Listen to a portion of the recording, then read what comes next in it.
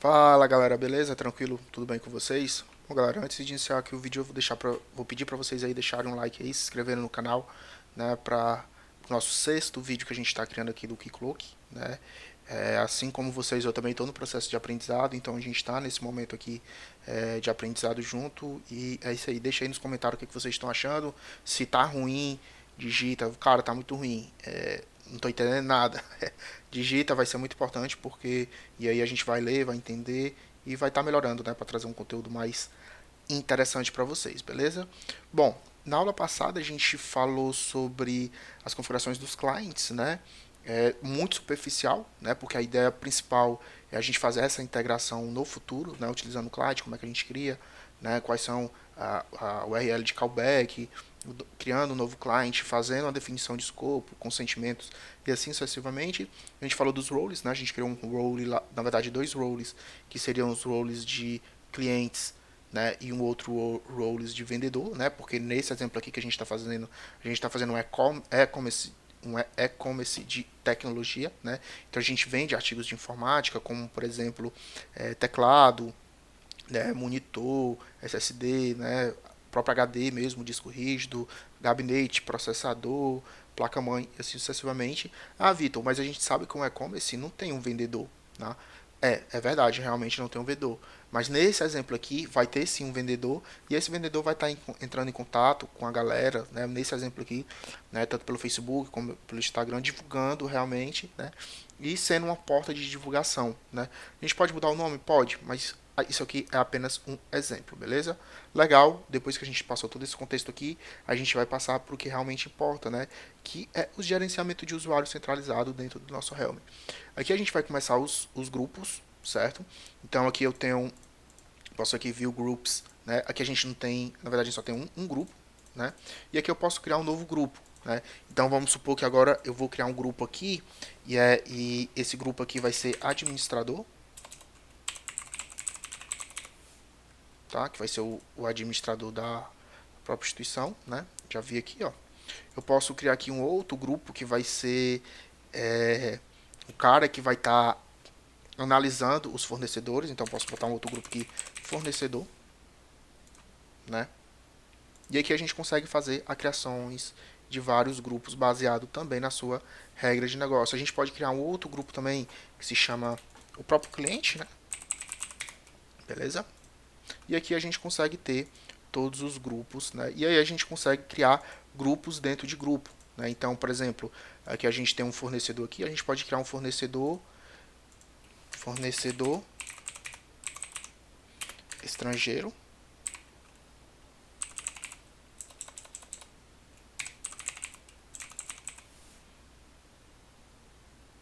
né? Nesse exemplo.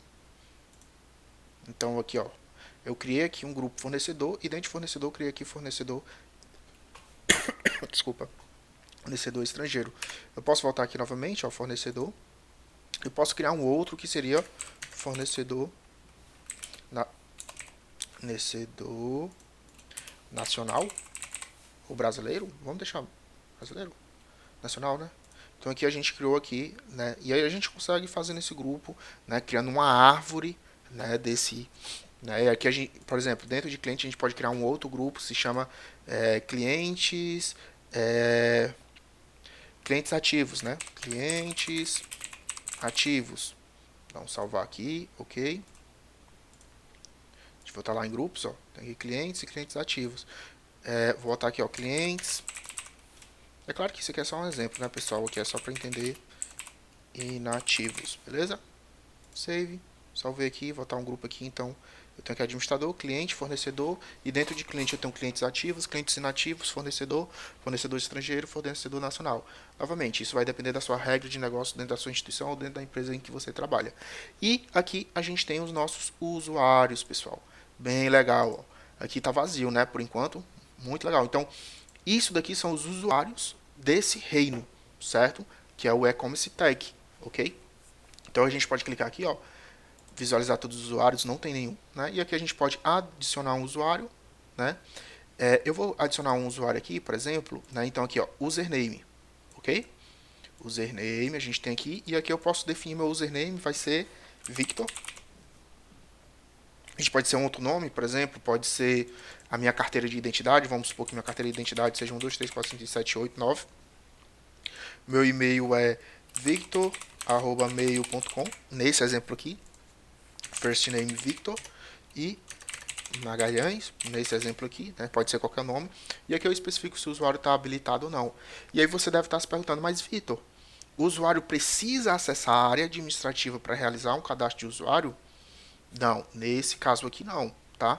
Nesse caso aqui é o administrador do reino que vai ter acesso, né, e do Helm vai ter acesso e vai fazer esse cadastro manualmente, né? E aí a gente pode fazer esse cadastro de uma forma diferente também que eu vou mostrar para vocês em outros vídeos, tá? E aqui eu posso habilitar, pessoal, para ele verificar o e-mail, ou seja, só vai realmente realizar o processo de cadastro desse usuário a partir do momento que ele fizer o processo de verificação de e-mail, tá bom? Eu vou desabilitar aqui porque eu vou ter que ir lá nas configurações do Helm para poder habilitar. Deixa eu abrir aqui para vocês, ó, aqui nas configurações do Helm. A gente tem aqui, ó, e-mail. Eu não configurei nenhum e-mail, né? Então, consequentemente, isso não vai funcionar, tá bom? E aqui a gente consegue definir algumas ações, certo? Como, por exemplo, quando o usuário se cadastra, a primeira ação que ele vai fazer é o quê? Configuração, autenticação de 2 fatores. Né? A gente pode definir isso.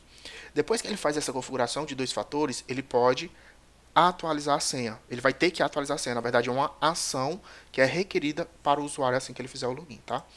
Ele pode também, ele vai ser obrigado a atualizar o perfil dele. Né? Ele vai ser atualizado a verificar o e-mail. Ele vai ser obrigado também a atualizar o local onde está. Vitor, mas eu não quero que ele atualize o local, tá? E eu não quero a autenticação de 2 fatores e eu quero simplesmente que ele atualize a senha. Então a gente deixa aqui somente a atualização de senha e eu posso definir aqui o locale dele por padrão, tá? Eu vou desabilitar todas essas opções aqui que vai ficar mais simples da gente entender. A partir do momento que eu clico aqui no botãozinho de save, ó, então aqui a gente está criando os usuários. Na verdade a gente já criou e o próprio sistema ele já gerou esse ID aqui único. Né? Então, se eu voltar aqui em usuários, eu já tenho aqui, ó, username 123456789, vitor@mail.com, e aqui eu tenho o meu ID, se eu clicar, eu vejo as mesmas configurações. E aí que é interessante, pessoal, que eu consigo fazer o seguinte, eu consigo vir aqui em atributos, né? Eu já tenho aqui locale tbr, e eu consigo definir aqui algumas informações, como, por exemplo, documento X desse usuário. E aí eu posso colocar 1, 2, 3, 4, 5. É claro que é um exemplo, né? Que poderia ser CPF, CNPJ e assim sucessivamente, né? Agora a gente vai informar o CPF. CPF 098765431. É lógico que é somente um exemplo e aqui a gente vai adicionar. A gente pode adicionar cidade. Cidade. Fortaleza. Né? Estado. CE. Ok? Então fica a seu critério. Né? Então, isso daqui são os atributos do usuário, tá bom? Então, vou vir aqui users, se eu vir aqui, atributos novamente, ó, meus dados estão cadastrados aqui. Se eu quiser excluir algum, eu posso vir aqui e excluir, como, por exemplo, o estado. Vou remover aqui o estado, vou clicar aqui no salvar e já apareceu aqui pra gente, tá bom? E aí, cada usuário pode ter seus campos, seus atributos, fica baseado na sua necessidade, ok?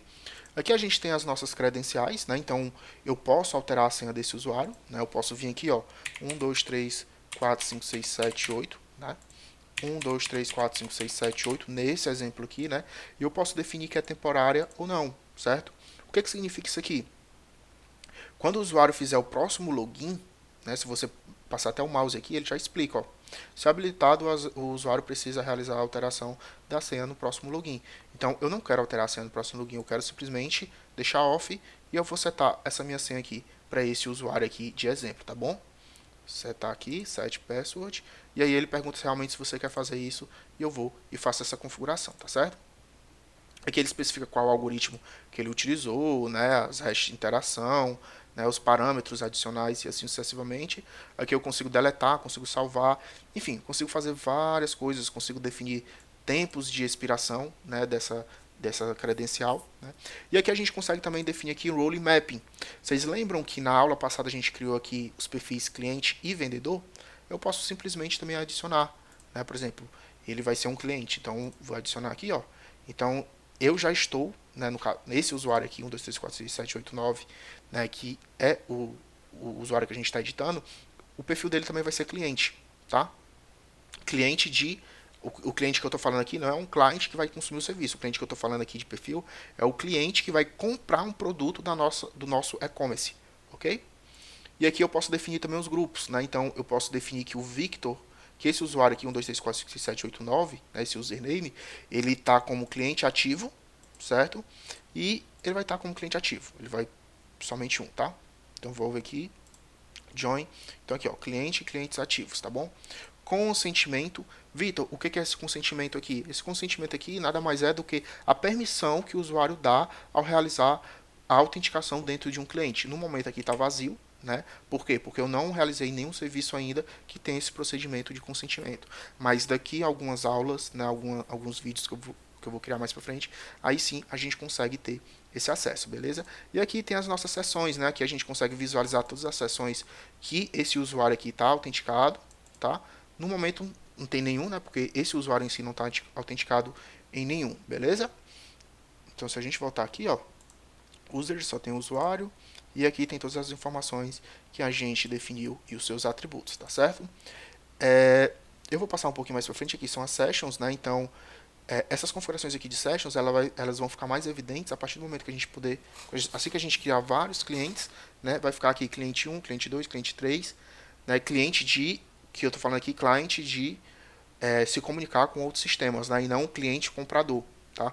Então a gente pode ter uma aplicação A, aplicação X, aplicação D, e assim sucessivamente, e assim a gente consegue visualizar quantas pessoas estão utilizando aquele recurso e quantas pessoas estão offline, tá certo? A gente pode deslogar todo mundo, né?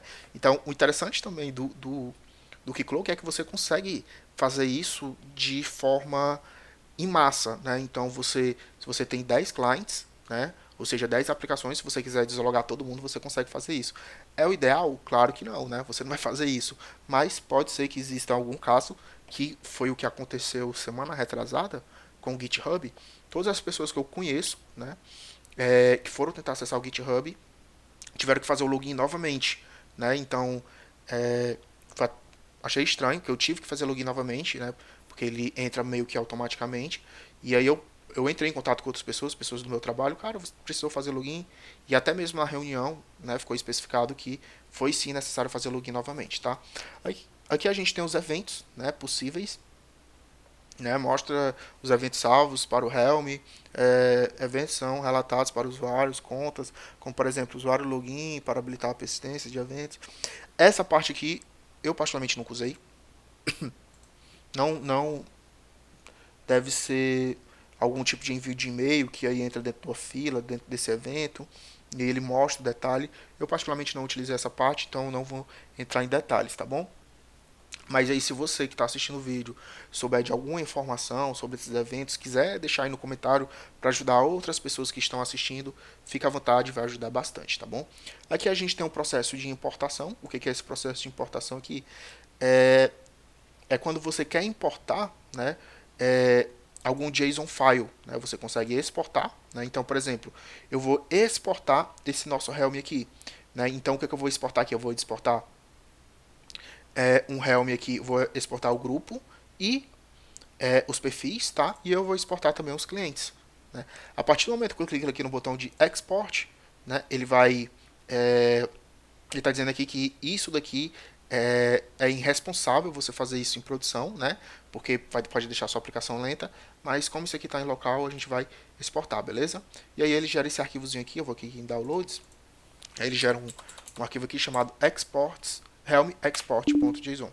Vou clicar aqui em substituir, porque é o que a gente já existe aqui, e eu vou abrir esse arquivo aqui. Esse arquivo aqui nada mais é um JSON com todas as configurações, certo? De todos os clientes, né, que a gente criou, né? Então, por exemplo, se eu pesquisar aqui Ctrl F fornecedor, ó, fornecedor aqui tem, ó.